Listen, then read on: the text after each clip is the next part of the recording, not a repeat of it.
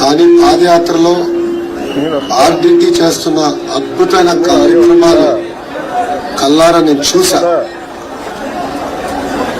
ఎప్పుడు కూడా బాగా గుర్తు.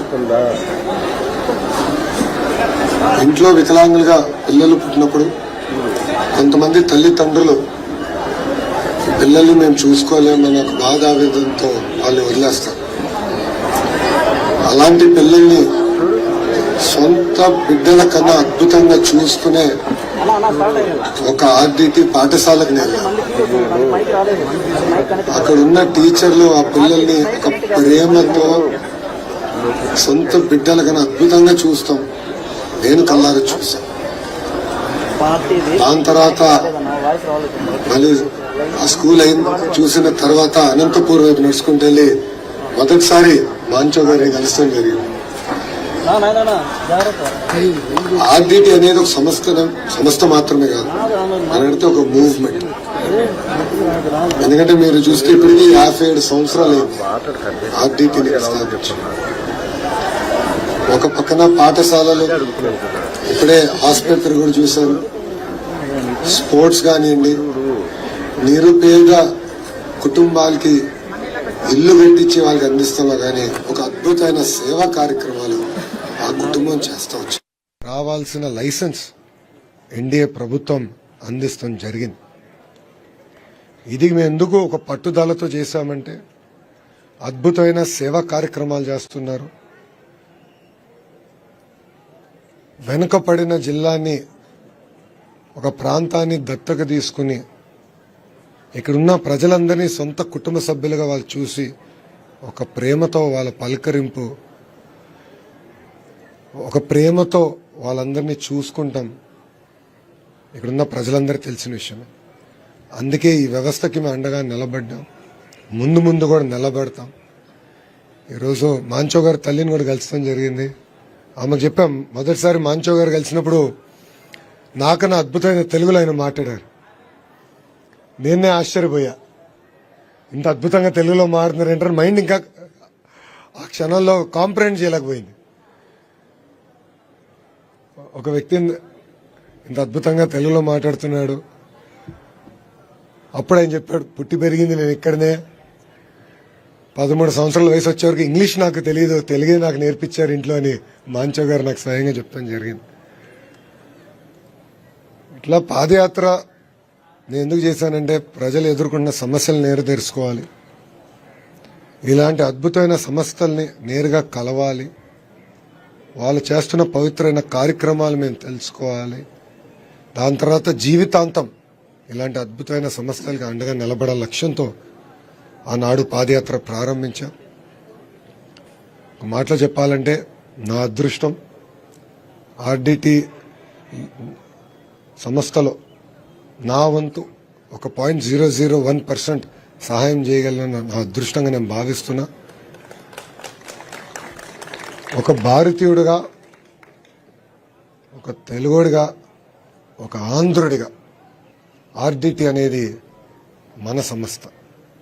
ఇది ఇక్కడున్న మనందరి సంస్థ. ప్రాంతాల అతీతంగా, రాజకీయాలకు అతీతంగా ఈ సంస్థకి మనందరం ప్రజలందరూ, సమాజం మొత్తం కలిసికట్టుగా ఉండాలి, నిలబడాలని నేను పిలిపిస్తున్నాను. నేను ఇప్పుడే పీడియాట్రిక్ వార్డుకి వెళ్ళా. అక్కడ ఒక తండ్రి వాళ్ళ పాపని చూపించి, వాళ్ళ పాప ఈ హాస్పిటల్లోనే జన్మించింది. ఈ ఆసుపత్రిలో జన్మించిన తర్వాత హార్ట్ ప్రాబ్లం ఉందంటే వేరే ఆసుపత్రి 3 లక్షల రూపాయలు ఖర్చు అవుతుందంటే ఆర్డిటి ఉచితంగా చేశారన్న, అది ఆర్డిటి చేసిన సేవ నాకని చెప్తాం జరిగింది. అది ఇన్న తర్వాత నాకు ఇంకా బాధ్యత పెరిగిందని అర్థమైంది. ఇంకా మేము ఇంకెక్కువ సేవ చేయాలి, నా వంతు నేను అండగా నిలబడాలి, నా వంతు నేను సహాయం చేయాలి అన్న ఆలోచనతో మీ అందరి ముందర నిలబడ్డా. I would like to thank మాంచో. ఎందుకంటే కష్టకాలాల్లో కూడా ఒక ఓర్పు సహనంతో బ్యాలెన్స్డ్గా ప్రజలకి సేవ ఎప్పుడు అందిస్తూ వచ్చారు. గౌరవ ముఖ్యమంత్రి గారు కలిసినప్పుడు కూడా ముఖ్యమంత్రి గారు ఒకటే అన్నారు, ఇట్ ఈజ్ మై రెస్పాన్సిబిలిటీ, ఇది నా బాధ్యత, నేను చేశాను అని చెప్తాం జరిగింది. సో అనంతపూర్ ప్రజలే కాదు, ఆంధ్ర ప్రజలే కాదు, తెలుగు జాతి మొత్తం ఆర్డిటికి అండగా నిలబడాలి. నేను నాంచో గారిని ఎప్పుడు కోరేది ఒకటే, కేవలం రాయలసీమలోనే కాదు, మీ సేవలు మొత్తం ఆంధ్ర రాష్ట్రానికి చాలా చాలా అవసరం. ఇంకా సేవలు అందించండి, మీకు మేము అండగా నిలబడతాం, భారతదేశం మొత్తం అండగా నిలబడుతుందని పెద్దవారిని నేను కోరుకుంటూ, ఇప్పుడు మీడియా మిత్రులకి పాలిటిక్స్కి రాజకీయాలకు సంబంధించిన ఎలాంటి ప్రశ్నలు ఇక్కడ అడగద్దండి దయచేసి. ఆర్డిటికి సంబంధించిన ఏమన్నా మీరు అడగండి, దానికి సమాధానం చెప్తాం. మిగతాని మళ్ళీ తర్వాత మాట్లాడదాం, ఓకేనా? ఎందుకంటే ఇక్కడ రాజకీయాలు మాడదలుచుకోలేదు, ప్రశ్నలు లేవు. అమ్మా అద్భుతంగా చేసుకుంటున్నారు. ఆల్రెడీ ఇప్పుడు ఏమైందంటే లైసెన్స్ క్యాన్సిల్ అయినప్పుడు ఇబ్బంది పడ్డారు, ఇప్పుడు ఆ లైసెన్స్ తిరిగి వచ్చింది. తప్పనిసరిగా మేము మా సేవలు అందిస్తాం, దాంట్లో ఎలాంటి డౌట్ మాకు లేదు. సో మీకు ఆ డౌట్ అవసరం లేదు.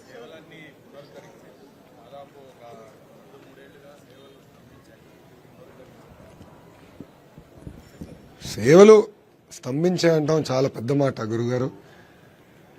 ఆయనకున్న ఇబ్బందుల వల్ల కొన్ని తగ్గించుకోవాల్సి వచ్చింది తప్ప ఆయన మనసులో ఎప్పుడు ఆయన ఒకటే బాధపడ్డారు. మా సంస్థ కానీ మా లెగసీ గురించి కాదు నేను పోరాడేది, సేవ చేయాలి. ఎందుకంటే నిరుపేద కుటుంబాలు వాళ్ళ ఇబ్బందుల్లో ఉన్నప్పుడు మా దగ్గరకు వస్తారు, వాళ్ళకి సేవ చేయాలి, ప్రేమతో ఎప్పుడు నవ్వుతూ సేవ చేయాలి. అదొకటే నా లక్ష్యం, నేను గురువుగారు చెప్తాను జరిగింది. సో అద్భుతంగా ఇప్పుడు మళ్ళీ రిస్టోర్ అయ్యారు, అద్భుతంగా సేవలు చేస్తారు, నాకు ఎలాంటి డౌట్ లేదండి.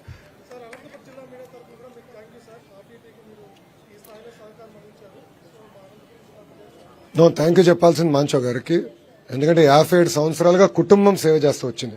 మళ్ళీ చెప్తున్నా, 0.0001% మేము ఇక్కడ మా వంతు సేవ చేశాం, అది మా అదృష్టం. We are very proud to be associated with this institution.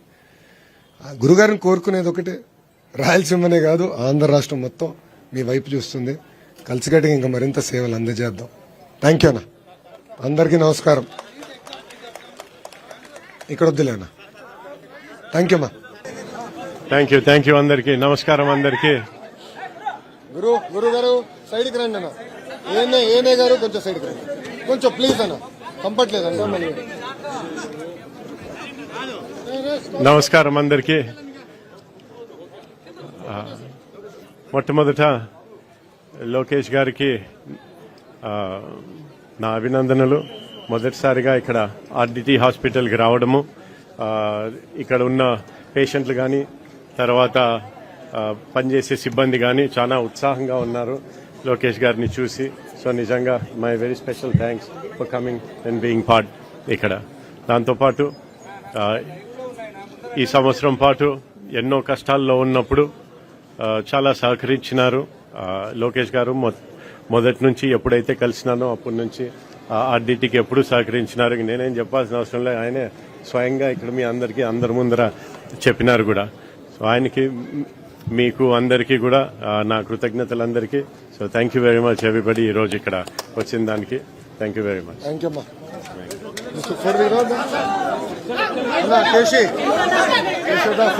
Satya MP గారు రాని పార్థసారథి గారు,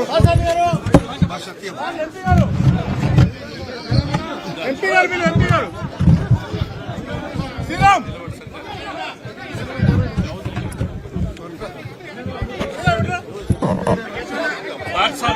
ఆఫ్ మ్యూట్.